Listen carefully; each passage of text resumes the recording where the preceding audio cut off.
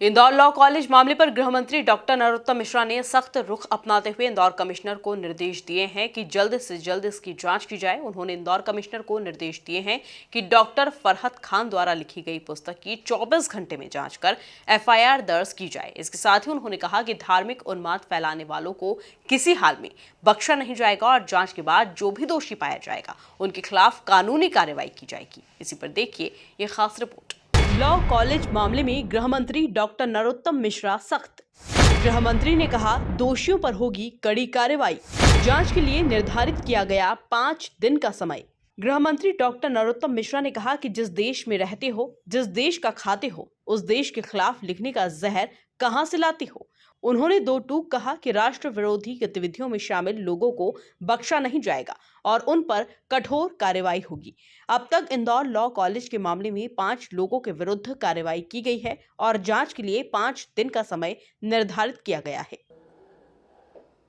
ये विषय संज्ञान में आ गया है। 5 लोगों पर कार्रवाई भी हो गई है और उसमें 5 दिन का ही समय जांच के लिए भी दिया गया है।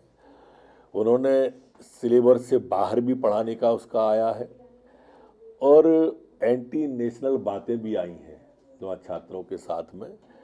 कॉलेज के अंदर वो 370 पे वोटिंग कराने जैसी बातें और एंटी नेशनल बातें करने की भी उनकी बातें आई। लव जिहाद के भी उसमें विषय चर्चा में जब बच्चों का इंटरव्यू लिया है तो उसमें आए हैं।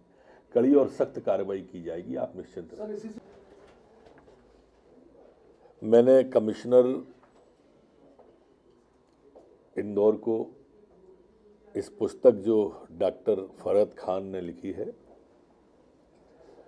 उसके 24 घंटे में जांच करके एफआईआर दर्ज करने का कहा है कि इसकी जांच करें और दोषी हो तो 24 घंटे के अंदर इस पर एफआईआर करें। जिस देश में रहते हैं वो, जिस देश का खाते हो, फिर देश के खिलाफ लिखने के लिए इतना जहर कहां से लाती हो, ये समझ में नहीं आ रहा मुझे।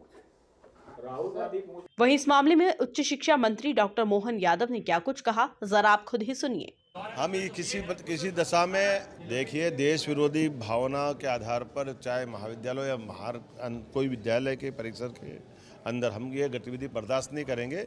कठोर कार्रवाई करेंगे। जांच के निर्देश हमने दे दिए हैं, इसमें कोई बात बर्दाश्त नहीं करेंगे। निश्चित रूप से अभी हमने उनको सस्पेंड किया, आने वाले समय में निलंबित किया, टर्मिनेट भी जरूरत पड़ेगी तो करेंगे। स्वाभाविक रूप से जो इस प्रकार की अवांछित गतिविधि में संलग्न होगा उसके खिलाफ कठोर कार्रवाई होगी। इस मामले को लेकर बीजेपी प्रदेश अध्यक्ष वीडी शर्मा और मंत्री उषा ठाकुर ने क्या कुछ कहा, जरा आप खुद ही सुनिए।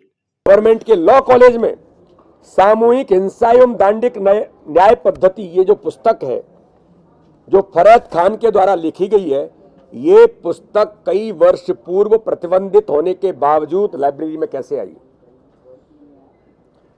और क्यों इस पर वहां के इस प्रकार के प्राध्यापकों ने इसकी वकालत की। और ऐसी ही ताकतें, इसी प्रकार के लोग कॉलेजों के अंदर, चाहे लव जिहाद से लेकर के इस प्रकार की चीजों को प्रमोट करने वाले लोग हों, ये भी सामाजिक और धार्मिक विद्वेष फैलाने का काम इस प्रकार के लोगों के माध्यम से होता है। ऐसे लोगों के खिलाफ केवल कार्रवाई नहीं, इन्हें जेल के अंदर भेजने की जरूरत है। आज भारतीय जनता पार्टी की सरकार में हमारे गृह मंत्री जी ने इस पर कड़ी कानूनी कार्रवाई करने की बात कही है। उनके खिलाफ एफआईआर दर्ज होगी और ऐसे लोग कॉलेजों में नहीं, जेल के अंदर होंगे।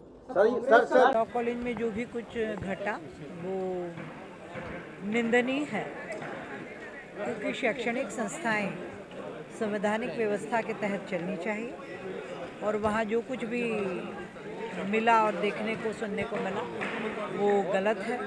उस पर कठोर दंडात्मक कार्यवाही होंगी और ऐसे लोग, उनको पढ़ाने का कोई हक नहीं बनता कि वो अपना पढ़ाई लिखाई छोड़ करके इस प्रकार का राग द्वेष देश की सुख शांति और अमन को भंग करे। आपको बता दें कि यह पुस्तक एक निजी प्रकाशन की बताई जा रही है। इसकी लेखिका डॉक्टर फरहत खान है और सामूहिक हिंसा एवं दांडिक न्याय पद्धति नामक इस पुस्तक में हिंदुओं, आरएसएस और विश्व हिंदू परिषद के खिलाफ आपत्तिजनक बातें लिखी गई है।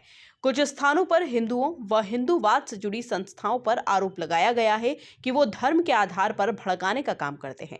इस मामले के सामने आने के बाद बवाल मच चुका है। इसलिए सरकार ने कहा है कि धार्मिक कट्टरता फैलाने के मामले में 6 शिक्षकों की भूमिका की जांच की जाएगी।